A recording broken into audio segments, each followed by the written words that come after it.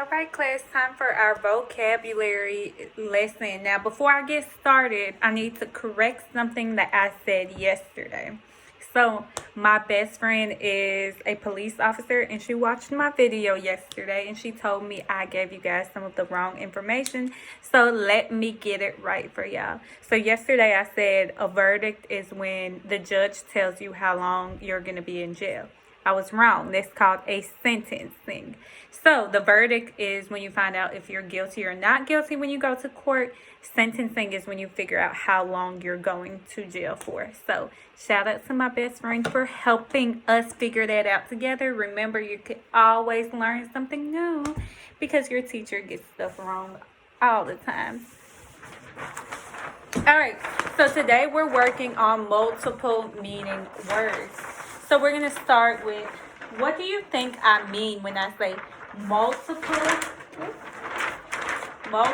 meaning words?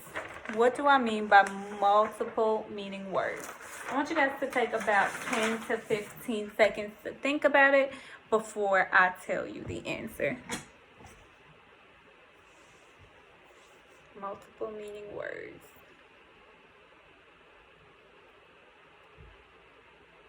Okay, so if you said something along the lines of a word that may have more than one meaning, you are correct. So we know that a lot of the words that we use on a daily basis, those words have more than one meaning. So I'm going to go through a couple of different multiple meaning words with you. I'm going to do the first one. So the first word we have is kite. Kite. What is the first thing that comes to your mind when you hear the word kite? Now, if you said the toy that you fly in the sky outside, that's usually what comes to my mind when I think of the word kite. But what about in this sentence? The kite held a mouse in its claw as it flew. The kite held a mouse in its claw as it flew. Can kite still mean the toy that you fly in the sky? If you said no, you are correct. So let's figure out. I'm going to go through how I'm going to figure out the meaning of this word kite with you, and then you guys are going to do the rest. So I know the unknown word that I want to know the meaning of is kite. So I know it's always important when there's a word I don't know the meaning of, I need to look for what? Context clues. So I'm going to read and find some context clues, okay? The kite held a mouse in its claw. Okay, so the kite has claws as it flew, and the kite flies. So what is something that has claws and flies? Something that has claws and it also flies. So I automatically know it's some type of animal. And then when I think about it, it has claws and it flies. I would say it's a bird. So a kite is a type of bird. Type of bird. All right. So that's how I figure out the meaning of multiple meaning words. If there's an unknown word and the definition I am used to does not seem to fit, I need to analyze the word. I need to break it down. I need to use context clues in this sentence to figure out what the meaning of the unknown word is. So I did kite. Now I'm going to move on to the next one, and we're going to do this one together. Your next word is file. So when you think of file, what is the first thing that comes to mind?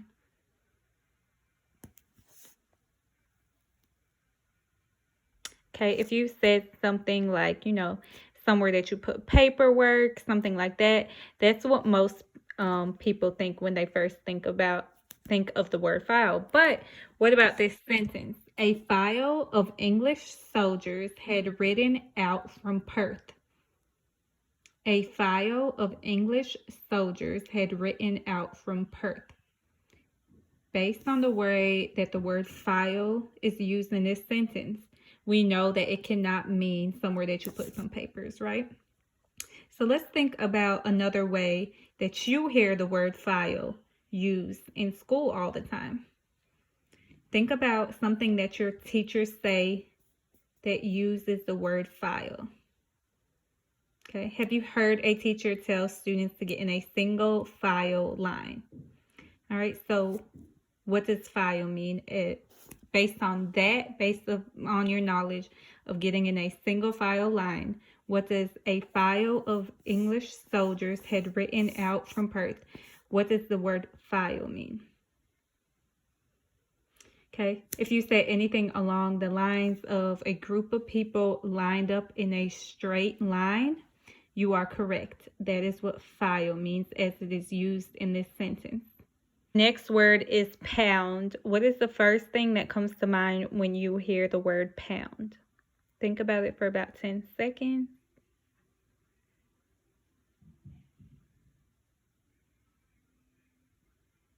Okay, if you said something along the lines of how much somebody weighs, then that's what most people think about when they first think a measurement of weight is what most people think about, okay? But in this sentence, I heard him pounding along the pathway. I heard him pounding along the pathway. What do you think pound means?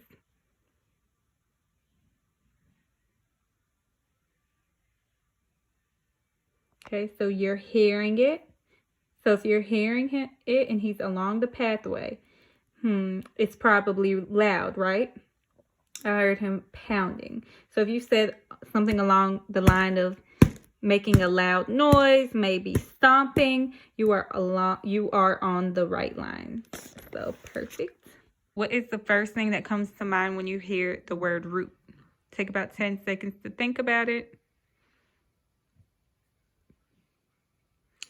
If you said something along the lines of the thing at the bottom of a plant that grabs the nutrients and water from the soil, that's usually what would first come to somebody's mind when they think of the word root.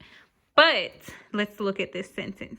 Love of money is the root of all evil. Okay, does that mean the same thing as the thing that grabs the nutrients at the bottom of a plant? No. So we have to think about this sentence. Love of money is the root of all evil. Okay, we know evil is what? Evil is something that's bad. Okay. All right, so we know that evil is something that is bad. So right here they're saying love of money is connected to something bad, right? So it is the root of all evil. So that means love of money, it's bad in some way. So I know they're saying love of money is the root of all evil. Love of money is the something of all evil. So bad things happen when you love money. So root must mean cause. So think about cause and effect like we've been talking about for our comprehension skill this week. Love of money, okay? So if you love money too much, it causes you to do evil things. So we can say the cause or the origin, like where something begins. Evil begins when people love money too much. So that is how we determine the meaning of multiple meaning words. We have to look at the word. We have to look at clues around the words that could help us figure out the meaning of that unknown word. It's the end of the video, so you know what time it is. It is challenge time. Our challenge today is for you to answer this question. All right, there are two sentences. First sentence says, I cannot bear loud music. I cannot bear loud music. Sentence 2 says, the bear has 2 cups. So if you can't tell already, the word bear is a multiple meaning word. So I want you to think about what the meaning of bear in the first sentence is and what the meaning of bear in the second sentence is. And then you're going to, if you need a sentence starter, this is what I want you to complete. In sentence 1, bear means blank. So I cannot bear loud music. What does bear mean in this sentence? In sentence 2, bear means blank. So in sentence 2, the bear has 2 cups. What kind of bear are they talking about right here? What do they mean by bear right here?